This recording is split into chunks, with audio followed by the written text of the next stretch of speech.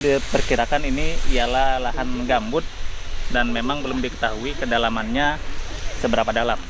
Saat ini para petugas gabungan dari Manggala Agni, BPBD, TNI dan Polri tengah berusaha memadamkan lahan yang sudah terbakar. Rabu kemarin, kebakaran menghanguskan hamparan lahan gambut seluas lebih dari 3 hektar di Kelurahan Timbangan, Kecamatan Indralaya Utara, Kabupaten Ogan Ilir. Kebakaran terjadi di atas lahan milik warga yang diduga akan dilakukan pembukaan untuk dimanfaatkan. Petugas gabungan dari Manggala Agni, BPBD Ogan Ilir, TNI dan Polri bahu-membahu memadamkan api. Kondisi gambut membuat api sulit dipadamkan. Angin kencang membuat api menyebar dengan mudah ke titik yang baru. Selain itu, petugas juga terkendala sumber air yang jauh, mengakibatkan selang tidak mampu menjangkau titik api. Luasan kebakaran diperkirakan lebih dari 3 hektar. Kawan-kawan masih mengecek.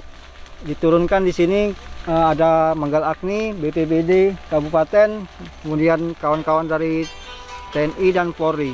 Kawan-kawan masih berjuang. Kendala di lapangan memang lahan kayaknya memang sudah dikondisikan. Kayak sudah terbang, jadi mudah sekali untuk terbakar. Ogan Ilir jadi salah satu daerah rawan karhutlah di Sumatera Selatan. BMKG memperkirakan September 2023 terjadi puncak kemarau di Sumatera Selatan.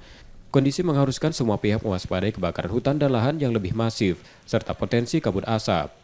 M. Rizky Nurmizan, Kompas TV, Ogan Ilir, Sumatera Selatan.